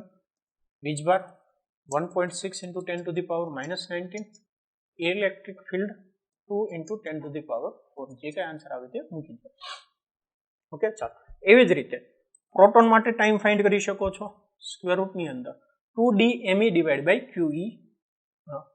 તો 2d માસ ઓફ પ્રોટોન અહીંયા આવી જશે ડિવાઈડ બાય q વીજભાર ઇલેક્ટ્રોન ઉપરનો સેમ જ હશે 1.6 × 10⁻19 અને e ઇલેક્ટ્રિક ફિલ્ડ.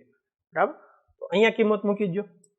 સ્ક્વેર રૂટની અંદર 2 0.015 માસ of proton 1.67 10 to the power minus 27 divided by 1.6 into 10 to the power minus 19 multiply by 2 into 10 to the power 4 is equal to answer મૂકી દો. તો એટલો હશે ઇલેક્ટ્રોન માટે કેટલો મુક્ત પતન માટે સમય લાગે, પ્રોટોન માટે કેટલા મુક્ત પતનનો સમય લાગે. ઓકે, શું ફાઇન્ડ કરવાનું છે? ક્ષેત્રનો માળા રાખીને તેની દિશા ઉલટાવવામાં આવે તો તેમાં એક પ્રોટોન તેટલા જ અંતરનું પતન પામે છે.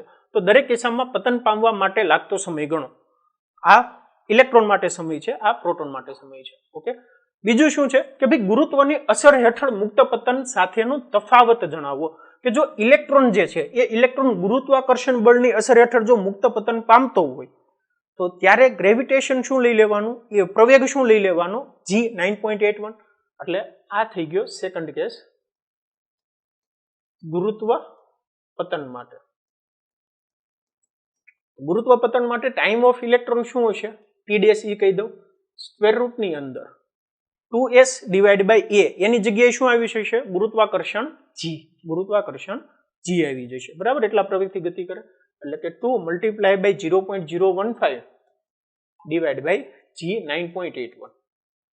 ઓકે, અહીંયા છે pt નો ડેશ બરાબર 2 મલ્ટીપ્લાય બાય 0.015 ડિવાઈડ બાય 9.81. હા, અહીંયા સમાન આવશે. બરાબર, અહીંયા આવશે સમાન સમય લાગશે.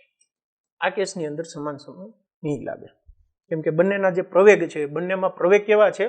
અલગ અલગ છે. આની અંદર તો સેમ જ લાગશે 2 મલ્ટીપ્લાય બાય 0.015 ડિવાઈડ બાય 9.81. બરાબર, તો ગુરુત્વાકર્ષણ હેઠળ મુક્ત પતન સાથેનો તફાવત જણાવો. તો અહીંયા કેલ્ક્યુલેટ કરવાની છે. અહીંયા તમે આન્સર લાવો કેટલો આવે, અહીંયા જુઓ કેટલો આવે છે. એના બેઝ ઉપર તમે આન્સર્સ આપી શકો છો. ખ્યાલ આવે છે? ચાલો નેક્સ્ટ જોઈએ ઉદાહરણ 1.8. ઉદાહરણ 1.8.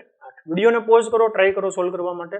ઉદાહરણ 1.8 ની અંદર એવું છે કે ભાઈ 10⁻8 કુલમ અને 10⁻10 કુલમ મૂલ્યના બે બિંદુવત વિદ્યુતભારો અનુક્રમે Q1 અને Q2 એકબીજાથી 0.1 મીટર અંતરે મૂકેલા છે. આકૃતિમાં દર્શાવેલ A, B અને C બિંદુઓએ વિદ્યુત ક્ષેત્ર ગણવાનું છે. એટલે કે એક ડાયપોલ રચાય છે.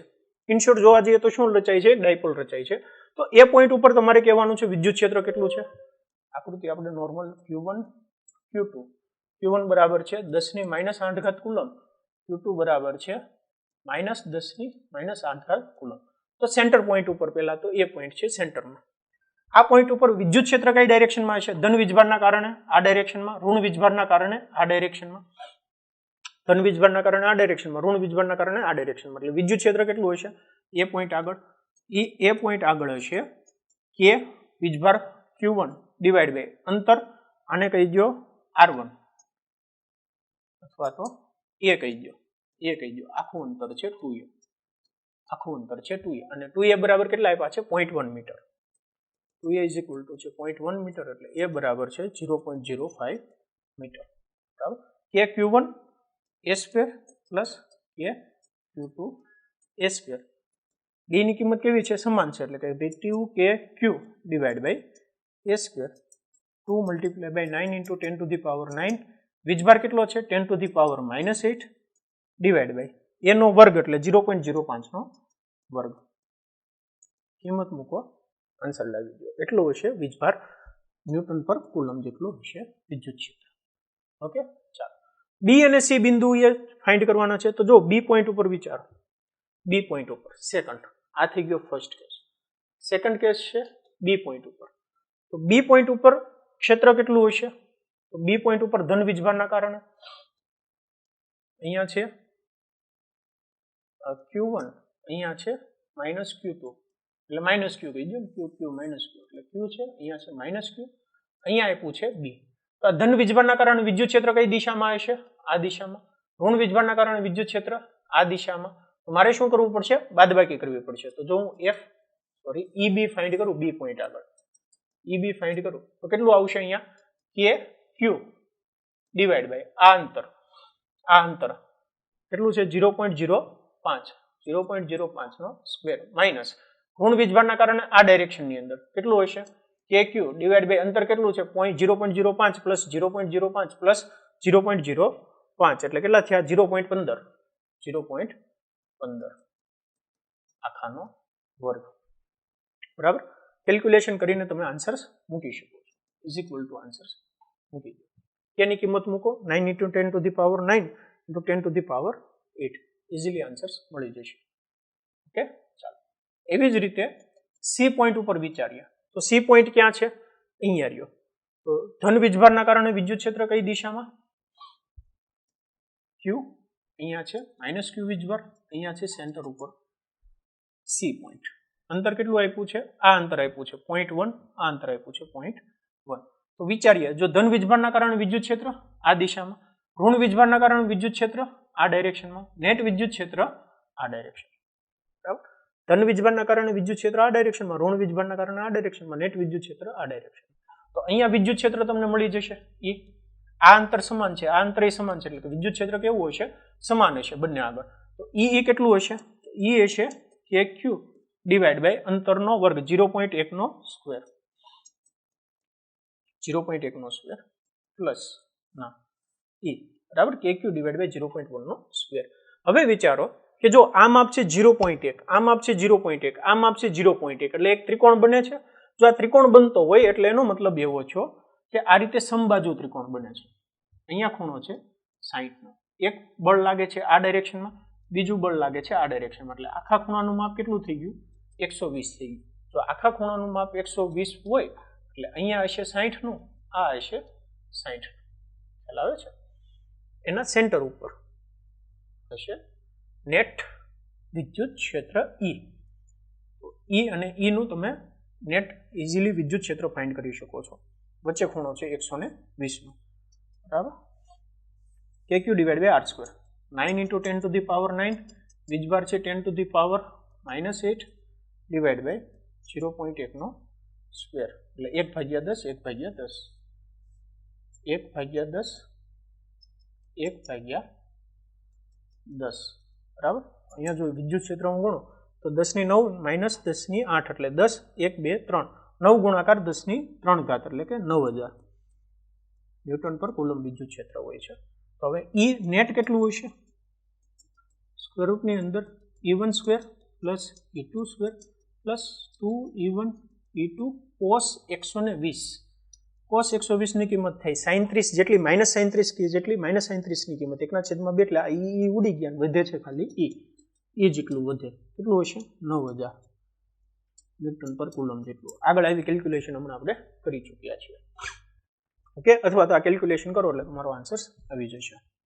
તો આ છે ઉદાહરણ 1.8 નો આન્સર. એટલું સમજાઈ ગયું સ્ટુડન્ટ? તો સ્ટુડન્ટ હવે આપણે નેક્સ્ટ ઉદાહરણ જોઈએ, ઉદાહરણ 1.9. 1.9 ની અંદર જો શું આપ્યું છે કે બે બિંદુવત વિદ્યુત ભારો ±10 માઇક્રોકુલમ એકબીજાથી 5 મિલીમીટર અંતરે મૂકેલા છે. ઓકે, આકૃતિ એ અને આકૃતિ બી માં દર્શાવ્યા મુજબ ડાયપોલની અક્ષ પરના તેના કેન્દ્રથી 15 સેન્ટીમીટર દૂર ધન વિદ્યુતભાર બાજુ આવેલા પી બિંદુએ અને બી આકૃતિ 1.18 બી માં દર્શાવ્યા મુજબ ઓ માંથી પસાર થતી અને અક્ષને લંબ રેખા પર 0 થી O થી 15 સેન્ટીમીટર દૂર આવેલા ક્યુ બિંદુએ વિદ્યુત ક્ષેત્ર ગણવાના છે. તો જો તમને ડાયપોલના કારણે વિદ્યુત ક્ષેત્ર ફાઇન્ડ કરવાનું સૂત્ર ખબર હોય તો તમે ઇઝીલી આન્સર આપી શકો છો. હું તમને સૂત્ર રિવાઇઝ કરાવી દઉં કે અહીંયા છે -q વીજભાર, અહીંયા છે +q વીજભાર, અહીંયા કોઈ થીટા એંગલે r અંતરે કોઈ બિંદુ p છે. તો p પોઈન્ટ આગળ વિદ્યુત ક્ષેત્ર કેટલું હતું? p પોઈન્ટ આગળ વિદ્યુત ક્ષેત્ર હતું kp divide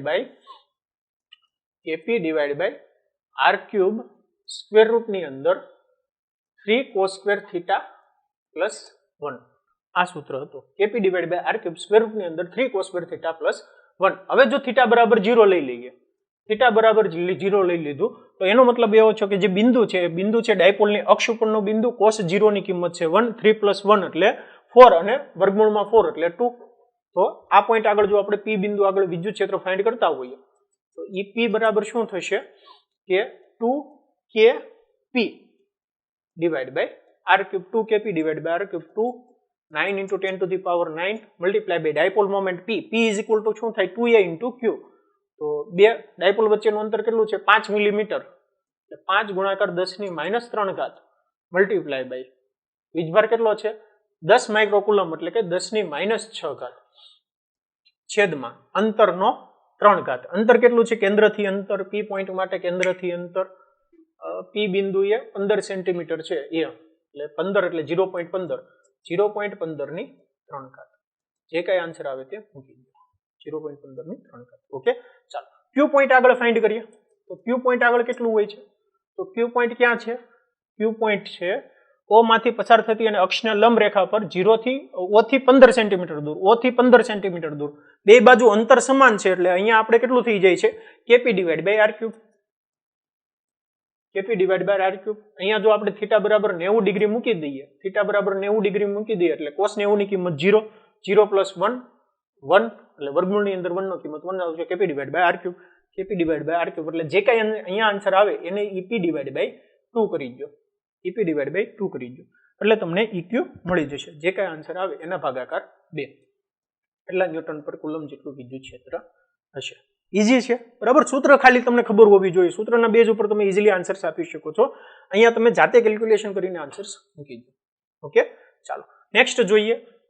flux related question આવ્યો. ઇન્ટરેસ્ટિંગ ક્વેશ્ચન છે. થિયરીની અંદર ઓલરેડી આપણે ડેપ્થમાં સમજ્યા છીએ. ફરીવાર સમજીએ ક્વેશ્ચન કહેવા શું માંગે છે કે આકૃતિ 1.24 માં વિદ્યુત ક્ષેત્રના ઘટકો EX આપેલો છે. આલ્ફા x ની 1/2 EY અને EZ ઘટક શૂન્ય આપ્યા છે એટલે કે એક જ ડાયરેક્શન ની અંદર ઘટક છે. EX બરાબર કેટલો છે? આલ્ફા x ની 1/2 ને આલ્ફા બરાબર કેટલા છે? 800 x ની 1/2 આપેલા છે. ઘનમાંથી ફ્લક્સ અને ઘનની અંદરના વિદ્યુત ભારની ગણતરી કરો. એ બરાબર લઈ લો 0.5. એ બરાબર છે 0.1 સોરી 0.1 છે. તો તમારે શું ગણતરી કરવાની છે કે ભાઈ ઘનમાંથી બહાર નીકળતું ફ્લક્સ ફાઇન્ડ કરો. તો ઘનમાંથી બહાર નીકળતું ફ્લક્સ વિદ્યુત ક્ષેત્ર કઈ ડાયરેક્શનની અંદર છે? આ ડાયરેક્શનમાં વિદ્યુત ક્ષેત્ર છે. એ ડાયરેક્શનમાં આલ્ફા x ની 1/2 આ ડાયરેક્શનની અંદર વિદ્યુત ક્ષેત્ર છે. તો અહીંયા જે સપાટી છે આ બાજુની સપાટી બરાબર અને આ સપાટી છે. તો શું થાય છે કે અહીંયા જે સપાટી છે એની અંદર વિદ્યુત ક્ષેત્ર રેખાઓ અંદર દાખલ થાય છે. અહીંયાથી ક્ષેત્ર રેખાઓ બહાર નીકળે છે. અહીંયાથી બહાર નીકળે અહીંયા દાખલ થાય છે બરાબર. અને અહીંયા જે ઉપરની સપાટી છે એ ઉપરની સપાટી ઉપર આપણે ક્ષેત્ર રેખાઓ ગણીએ તો શું થાય છે કે અડીને બહાર નીકળે છે. એટલે આ સપાટી આ સપાટી આ સપાટી આ સપાટી બરાબર. આ ચારેય સપાટીના કારણે ફ્લક્સ કેવું થઈ જાય છે? શૂન્ય થઈ જાય છે. કેમ કે સપાટીમાંથી ક્ષેત્ર રેખાઓ બહાર નીકળતી જ નથી. ખાલી આ બાજુની સપાટી છે ને આ બાજુની સપાટી છે બંને સપાટીમાંથી જ ક્ષેત્ર રેખાઓ બહાર નીકળે છે. અહીંયા આપણે નોટેશનમાં લેફ્ટ આપ્યું છે ને અહીંયા રાઈટ આપ્યું છે બરાબર. તો આ કહી દો રાઈટ સાઈડ, આ કહી દો લેફ્ટ સાઈડ. તો જો લેફ્ટ સાઈડની અંદર વિદ્યુત ક્ષેત્ર કઈ દિશામાં? આ ડાયરેક્શનમાં. એરિયા કઈ ડાયરેક્શનની અંદર? આ ડાયરેક્શનમાં. બે વચ્ચેનો ખૂણો કેટલો? બે વચ્ચેનો ખૂણો છે 180. એટલે ફ્લક્સ કેટલું થઈ જશે? ઈ લેફ્ટ સાઈડ EA cos 180 એટલે કે ભાઈ માઇનસ EA. ઈ લેફ્ટ સાઈડ ઇલેક્ટ્રિક ફિલ્ડ અને એરિયા લેફ્ટ સાઈડ કેટલું હશે? માઇનસ ઈ લેફ્ટ સાઈડ કેટલું છે? લેફ્ટ સાઈડ ઇલેક્ટ્રિક ફિલ્ડ એટલે કે આ પોઈન્ટ ઉપર વિદ્યુત ક્ષેત્ર કેટલું છે? આલ્ફા x ની 1/2 x કેટલા છે? 0.1. એ બરાબર છે ને જો અહીંયા એ બરાબર છે એટલે 0.1 0.1 ની 1/2 મલ્ટીપ્લાય બાય એરિયા કેટલો છે? a મલ્ટીપ્લાય બાય એટલે 0.1 નો વર્ગ. ઓકે, અને આલ્ફા બરાબર છે 800 કેલ્ક્યુલેશન કરી નાખો, માઇનસ આન્સર આવશે. ઓકે, ચાલો રાઈટ સાઈડ ઉપર આપણે જોઈએ તો એ રાઈટ સાઈડ ઉપર આન્સર શું આવે છે? રાઈટ સાઈડ ઉપર હશે ઇલેક્ટ્રિક ફિલ્ડ આ ડાયરેક્શનની અંદર, એરિયા વેક્ટર આ ડાયરેક્શનમાં, EA cos 0 રાઈટ સાઈડ બરાબર. cos 0 ની કિંમત 1 એટલે ER ઇન્ટુ A. ER કેટલા છે રાઈટ સાઈડની અંદર? વિદ્યુત ક્ષેત્ર 800 ગુણાકાર x ની 1/2. તો અહીંયા x ચેન્જ થઈ ગયો, a પ્લસ a થઈ ગયું, a પ્લસ a, x કેટલો થયો? a પ્લસ a એટલે કે 0.1 પ્લસ 0.1 0.2 ની વર્ગમૂળ 0.2 ની 1/2 મલ્ટીપ્લાય બાય એરિયા 0.1 નો સ્ક્વેર, 0.1 નો સ્ક્વેર જે કઈ કિંમત આવે તે મૂકી દો ER. ઓકે, તો રાઈટ સાઈડ એટલું ફ્લક્સ બહાર નીકળે છે, લેફ્ટ સાઈડ એટલું ફ્લક્સ એન્ટર થાય છે. તો નેટ ફ્લક્સ શું છું? નેટ ફ્લક્સ એ દેખાડે અહીંયા ફાઈ આવે ને નિશાન, ફાઈ આવે બરાબર. નેટ ફ્લક્સ ફાઈ કેટલું છું? ફાઈ રાઈટ સાઈડમાંથી બહાર નીકળે માઇનસ લેફ્ટ સાઈડમાં એન્ટર થાય છે. તો ફાઈ આર કેટલા છે? આ કિંમત જે કઈ આવી એ મૂકી દીધી 800, જે કઈ કિંમત આવે એ મૂકી દીધી, માઇનસ રાઈટ સાઈડમાંથી એટલા બાદ થાય છે. નેટ ફ્લક્સ તો મતલબમાં સરવાળો થાય પણ અહીંયા બાદ થાય છે એટલે બાદ કરી નાખ્યા. ઇઝ ઇક્વલ ટુ કેટલા છે? જે કઈ ફ્લક્સ આવે એ મૂકી દીધું બરાબર. કેમ કે આ બહાર નીકળે છે, આ એન્ટર થાય છે એટલે બાદબાકી કરવી પડશે બરાબર. અહીંયા જો માઇનસ નિશાની મૂકો તો ઠીક છે, ન મૂકો તો ચાલે. ઓકે, પણ અહીંયા તમારે શું કરવાનું છે? બાદબાકી કરવાની છે. જો કેલ્ક્યુલેશન આ કિંમત મૂકી દો 800 ગુણાકાર 0.2 ની 1/2 0.1 નો વર્ગ માઇનસ 800 ગુણાકાર 0.1 નો સ્ક્વેર 1/2 મલ્ટીપ્લાય બાય 0.1 નો સ્ક્વેર. આનો જવાબ આવે એ હશે નેટ ફ્લક્સ ફાઈ. બરાબર. બીજું શું છે, ઘનની અંદરના વિદ્યુત ભારની ગણતરી કરો. ઘનની અંદર વિદ્યુત ભાર કેટલો હશે, તો ઘનમાંથી બહાર નીકળતું નેટ ફ્લક્સ કેટલું હશે, તો phi is equal to q inside divided by epsilon naught. એટલે અંદર વીજભાર કેટલો હશે, તો q inside is equal to epsilon naught ગુણાકાર અહીંયા ફ્લક્સ phi ની જે કઈ કિંમત આવે એ અહીંયા મૂકી દો.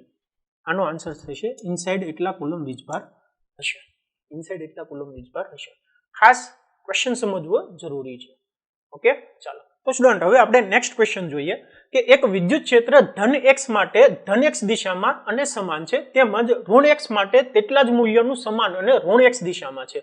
x ગ્રેટર ધેન 0 માટે E બરાબર 200 I ન્યૂટન પર કુલમ અને x લેસ ધેન 0 માટે E is equal two -200 I newton પર કુલમ આપેલ છે.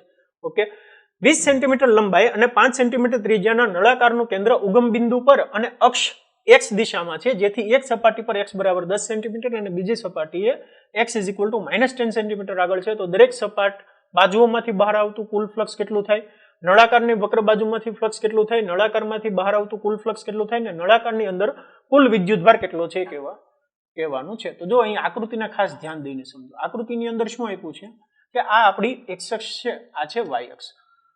વિદ્યુત ક્ષેત્ર ધન x માટે ધન x દિશામાં સમાન છે, તેમજ ઋણ x માટે તેટલા જ મૂલ્યનું સમાન અને ઋણ x દિશામાં છે. કે ધન x માટે ધન x દિશામાં, અહીંયા ઇલેક્ટ્રિક ફિલ્ડ આ ડાયરેક્શનમાં, ઋણ x માટે ઋણ દિશામાં, અહીંયા ઇલેક્ટ્રિક ફિલ્ડ આ ડાયરેક્શનમાં. કેટલું છે, 200 I કેપ. 200 I કેપ થશે અને આ કેસની અંદર 200 - I કેપ થશે. ખ્યાલ આવે છે. બીજું શું આપ્યું છે, 20 સેન્ટીમીટરની લંબાઈ છે કુલ, એટલે એટલું માપ છું 10 સેન્ટીમીટર, આ માપ છું 10 સેન્ટીમીટર. બીજું શું આપ્યું છે કે નળાકારનું કેન્દ્ર ઉગમ બિંદુ પર છે, x દિશામાં છે, એક સપાટી 10 સેન્ટીમીટર, બીજી સપાટી -10 સેન્ટીમીટર આગળ છે. તો દરેક સપાટ બાજુઓમાંથી બહાર આવતું કુલ ફ્લક્સ કેટલું, તો અહીંયા આ સપાટી કહી દો a, આ સપાટી કહી દો b, એ સપાટીમાંથી બહાર આવતું ફ્લક્સ કહી દો phi a. phi a બરાબર શું થાય, એરિયા વેક્ટર આ ડાયરેક્શનની અંદર, ઇલેક્ટ્રિક ફિલ્ડ આ ડાયરેક્શનની અંદર, બે વચ્ચેનો ખૂણો 0 એટલે E a cos 0, cos 0 ની કિંમત 1 એટલે E into a. Electric field કેટલું છે, 200. એરિયા કેટલું છે, પાઈ r નો સ્ક્વેર. r કેટલી છે, ત્રિજ્યા 5 સેન્ટીમીટર એટલે 0.05 આખાનો વર્ગ. આન્સર હવે મૂકી દો. ફ્લક્સ બી સપાટ બાજુ છે, સપાટ બાજુ આગળ ફ્લક્સ કેટલું, ઇલેક્ટ્રિક ફિલ્ડ આ ડાયરેક્શનની અંદર, એરિયા વેક્ટર આ ડાયરેક્શનની અંદર, બે વચ્ચેનો ખૂણો 0 એટલે E into a બરાબર સેમ. અહીંયા ઉપરનો જે કઈ આન્સર આવ્યો એ મૂકી દો, 200 પાઈ 0.05 નો વર્ગ. ઉપર જે કઈ આન્સર આવ્યો હોય મૂકી દીધું. ઓકે, ચાલો નેક્સ્ટ જોઈએ બી. આ છો એ પોર્શન. સેકન્ડ જોઈએ બી પોર્શન. શું આપ્યો છે, નળાકારની વક્ર બાજુઓમાંથી બહાર આવતું ફ્લક્સ. તો વક્ર સપાટી કઈ થઈ, આ થઈ. તો અહીંયા જે વક્ર સપાટી છે એના માટે એરિયા વેક્ટર આ ડાયરેક્શનની અંદર, ઇલેક્ટ્રિક ફિલ્ડ આ ડાયરેક્શનની અંદર, બે વચ્ચેનો ખૂણો 90. દરેક કેસ માટે એરિયા વેક્ટર જે નાના નાના આપણે ખંડ લઈએ, દરેક ખંડ માટે શું થશે કે બે વચ્ચેનો ખૂણો થશે 90 નો. એટલે ફ્લક્સ phi શું થશે, phi વક્ર સપાટી E a cos 90, cos 90 ની કિંમત 0 એટલે ફ્લક્સ થઈ ગયું 0. અને આમાં સમજી શકાય કે માની લો કે આવી રીતે કોઈ નળાકાર છે, તો નળાકારની વક્ર સપાટીમાંથી કોઈ ક્ષેત્ર રેખાઓ જશે જ નહીં, એને અડીને જ જશે. બરાબર, એમાંથી પસાર નહીં થાય. જો એમાંથી લંબ રૂપે પસાર થતી હોય તો એને કહેવાય ફ્લક્સ. એ સપાટીમાંથી વક્ર સપાટીમાંથી બહાર નીકળતો ફ્લક્સ થઈ જશે 0. સી પોર્શન ફાઇન્ડ કરીએ કે નળાકારમાંથી બહાર આવતું કુલ ફ્લક્સ. તો કુલ ફ્લક્સ phi કેટલું થાય, તો phi a plus phi b plus phi વક્ર સપાટી કેટલું થશે, 0 થશે. ઓકે, નેક્સ્ટ જોઈએ નળાકારમાંથી બહાર આવતું કુલ ફ્લક્સ કેટલું. હવે નળાકારમાંથી બહાર આવતું કુલ ફ્લક્સ phi થઈ ગઈ સપાટી 0. નળાકારની અંદર કુલ વિદ્યુતભાર કેટલો, તો નળાકારની અંદર વિદ્યુતભાર q phi બરાબર શું થશે, તો q inside divide by epsilon naught. q inside divide by epsilon naught. બરાબર, ગૌસિયન સપાટી લઈ લો આવી રીતે, તો એ phi બરાબર શું થશે, q inside divide by epsilon naught. તો q ઇનસાઇડ આવી જશે phi into epsilon naught. phi ની જે કઈ કિંમત આવી, બરાબર, આ સપાટી 0 નહીં, phi ની જે કઈ કિંમત આવી એ phi multiply by epsilon naught કરી દો એટલે તમારો આન્સર આવી જશે. ઓકે, ચાલો નેક્સ્ટ ક્વેશ્ચન જોઈએ. Question number 1.12. ક્વેશ્ચન નંબર 1.5 ઉદાહરણ 1.12 વિડીયોને પોઝ કરો, ટ્રાય કરો સોલ્વ કરવા માટે, સમજવા માટે. ઇન્ટરેસ્ટિંગ ક્વેશ્ચન છે, સમજીએ. જો શું આપ્યું છે કે પરમાણુ માટેના પ્રારંભિક મોડેલમાં, આપણે પરમાણુના અલગ અલગ મોડેલ આવ્યા ને એના પ્રારંભિક મોડેલમાં જેડી વિદ્યુતભાર ધરાવતું ધન વિદ્યુત ભારિત બિંદુવત ન્યુક્લિયસ તેની આસપાસ r ત્રિજ્યા સુધી નિયમિત ઘનતાના ઋણ વિદ્યુતભાર વડે ઘેરાયેલું છે. ઓકે, સમગ્ર પરમાણુ તટસ્થ છે, એટલે કુલ જેટલો ધન વીજભાર છે એટલો જ ઋણ વીજભાર છે. તો આ મોડેલ માટે ન્યુક્લિયસ થી r અંતરે વિદ્યુત ક્ષેત્ર કેટલું હશે એ તમારે કહેવાનું છે. સૌથી પહેલા તો મોડેલ સમજવું જરૂરી છે. તો મોડેલની અંદર એવું કહે છે કે અહીંયા કોઈ માની લ્યો કે ધન વીજભાર છે, ધન વીજભારની આજુબાજુ એક r ત્રિજ્યાનું નિયમિત ઘનતાનું ઋણ વિદ્યુતભાર આવેલો છે, કે અહીંયા નિયમિત રીતે ઋણ વિદ્યુતભાર રહેલો છે. આપણે જે પરમાણુનું મોડેલ આપ્યું હતું ને, કેવું નામ હતું, તરબૂચ મોડેલ આપણે કહીએ છીએ એ, બરાબર, નામ મને ભૂલાઈ ગયું પણ કેમિસ્ટ્રીની અંદર આવે છે. ઓકે, ચાલો. ત્યારબાદ રુથરફોર્ડે એનું મોડેલ આપ્યું. તો એને મોડેલની અંદર એવું કીધું હતું કે ભાઈ કેન્દ્રની અંદર કોઈ ધન વીજભાર છે ને એની આજુબાજુ ઋણ વીજભાર આવી રીતે સમાન રીતે વિતરિત થયેલો છે. આ રીતની સિચ્યુએશન છે. અને બીજું શું આપ્યું છે, જેડી વિદ્યુતભાર ધરાવતું ધન વિદ્યુત ભારિત બિંદુવત ન્યુક્લિયસ છે. કેવું ન્યુક્લિયસ છે? બિંદુવત ન્યુક્લિયસ છે, એટલે કે એના સેન્ટર ઉપર આવી રીતે જો હું આખો ગોળો લઈ લઉં તો એના જસ્ટ સેન્ટર ઉપર ધન વીજભાર છે. કેટલો છે? Z into E જેટલો ધન વીજભાર છે. Z into E જેટલો ધન વીજભાર છે અહીંયા જસ્ટ સેન્ટર ઉપર બિંદુવત છે. ઓકે, અને અહીંયા આજુબાજુમાં ઋણ વીજભાર સમાન રીતે વિતરિત થયેલો છે. એની ત્રિજ્યા છે r. તો અહીંયા કુલ ઋણ વીજભાર કેટલો થશે? કુલ ઋણ વીજભાર થશે જેટલો ધન વીજભાર છે એટલો જ ઋણ વીજભાર થશે. Z into E minus Z into E જેટલો ઋણ વીજભાર થશે કુલ. બરાબર. હવે આની જો ઘનતા મારે ફાઇન્ડ કરવી હોય, કદ ઘનતા, તો કદ ઘનતા કેટલી થાય? કદ ઘનતા બરાબર થાય તો વીજભાર રો કહી ગયો એની છેદમાં એનું કદ 4/3 પાઈ r ક્યુબ. ઘનતા છેદમાં કદ 4/3 પાઈ r ક્યુબ એટલો થશે ને એની ઘનતા. તો રો આપણે લખી શકીએ માઇનસ જેડી divide by 4/3 pi r cube. ઘનતા કેવી આવશે? કદ ઘનતા ઋણ આવશે. ઓકે, એટલું ખાલી જસ્ટ સમજવા માટે છે. હવે આપણે શું ફાઇન્ડ કરવાનું છે? હવે આપણે ફાઇન્ડ કરવાનું છે કે આ મોડેલ માટે ન્યુક્લિયસ થી r અંતરે વિદ્યુત ક્ષેત્ર કેટલું હશે. તો ન્યુક્લિયસ થી r અંતરે તો બે પોઈન્ટ આપણે આઈડેન્ટિફાઈ કરી નાખ્યા. એક ન્યુક્લિયસના અંદરના ભાગમાં r પોઈન્ટ કહી દઈએ, બીજો પોઈન્ટ કહી દઈએ r ન્યુક્લિયસના બહારના ભાગમાં. અહીંયા કહી દો પોઈન્ટ q, આ પોઈન્ટ કહી દો p. p પોઈન્ટ છે, એક q પોઈન્ટ છે. તો p પોઈન્ટ આગળ મારે વિદ્યુત ક્ષેત્ર ફાઇન્ડ કરવું હોય તો કેટલું થશે? બરાબર, p પોઈન્ટ આગળ વિદ્યુત ક્ષેત્ર ફાઇન્ડ કરવું હોય તો વિદ્યુત ક્ષેત્ર માટે આપણે અહીંયા ગૌસિયન પૃષ્ઠ લઈ લઈએ. તો ગૌસિયન પૃષ્ઠ, બરાબર, અહીંયા આ સ્મોલ r ત્રિજ્યાનું આપણે એક ગૌસિયન પૃષ્ઠ લઈ લઈએ.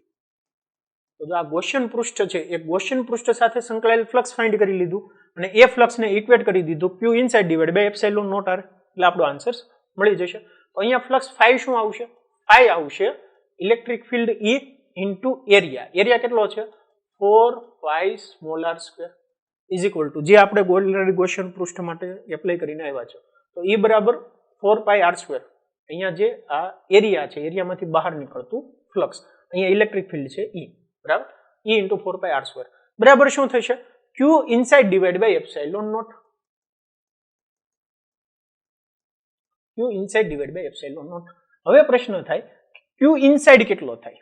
q ઇનસાઇડ અંદરના ભાગમાં, અહીંયા અંદરનો જે ભાગ છે આ અંદરના ભાગમાં વિદ્યુત કુલ વીજભાર કેટલો છે? તો q ઇનસાઇડ આપણે જો ફાઇન્ડ કરીએ તો q ઇનસાઇડ બરાબર શું થશે કે અંદરના ભાગમાં કુલ વિદ્યુત ભાર કેટલો? તો કેન્દ્રની અંદર જેડી જેટલો ધન વીજભાર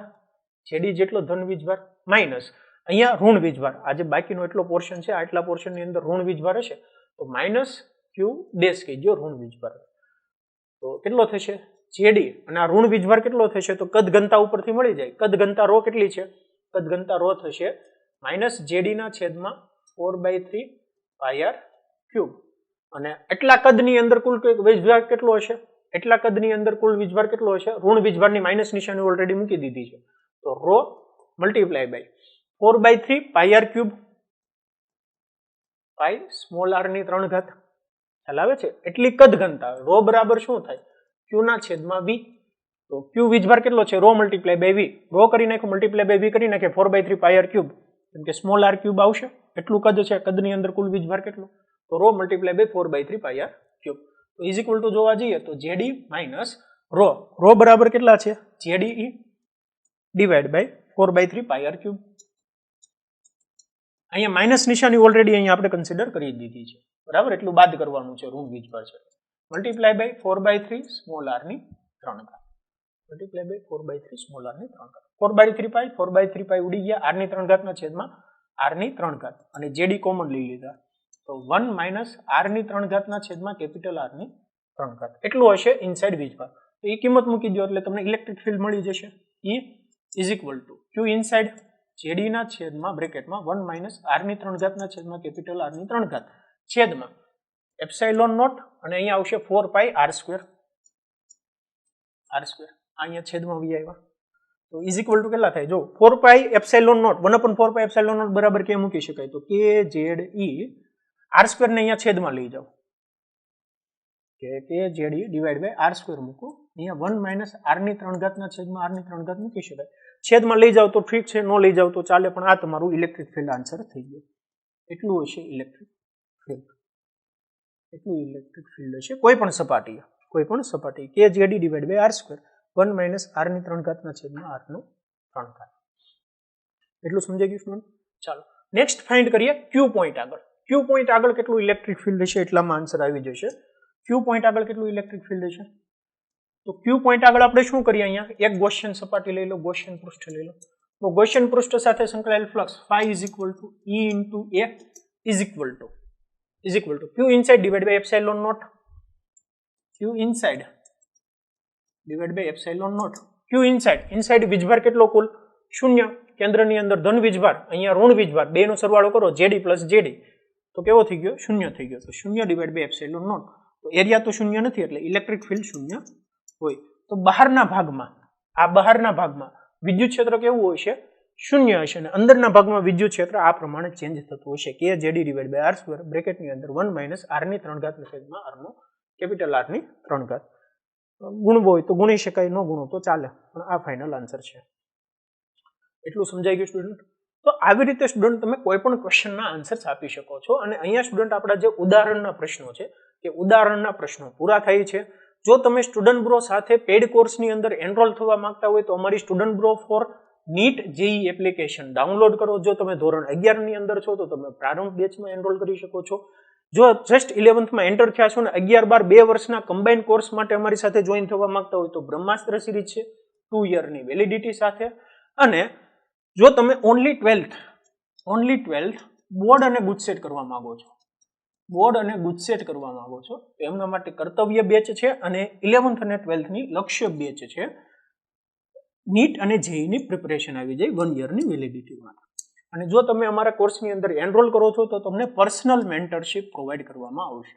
પર્સનલ મેન્ટરશિપનો મતલબ એવો થાય કે જે વિદ્યાર્થીને તકલીફ પડતી હોય કે ભાઈ કયા પ્રશ્નો કરવા, કયા ન કરવા, મારે બોર્ડની પ્રિપરેશન કરવી છે, હું વિડીયો જોઈ લઉં છું, થિયરી જોઈ લઉં છું, તેમ છતાં મારા MCQ સોલ્વ નથી થતા, તો જો આ ટાઈપના ક્વેશ્ચન્સ હોય તો એનું સોલ્યુશન કઈ રીતે લાવવું, તો એના માટે અમારા જો પેડ કોર્સની અંદર તમે એનરોલ થયા હોય તો તમે સબ્જેક્ટ ટીચર સાથે વાત કરીને તમારા ડાઉટ્સ ક્લિયર કરી શકો છો.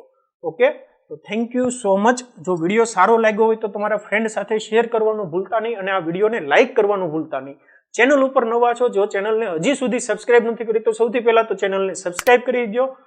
ઓકે સ્ટુડન્ટ, તો ફરી મળીશું કોઈ નવા સેશનની અંદર નવા વિડીયો સાથે. ત્યાં સુધી આવજો.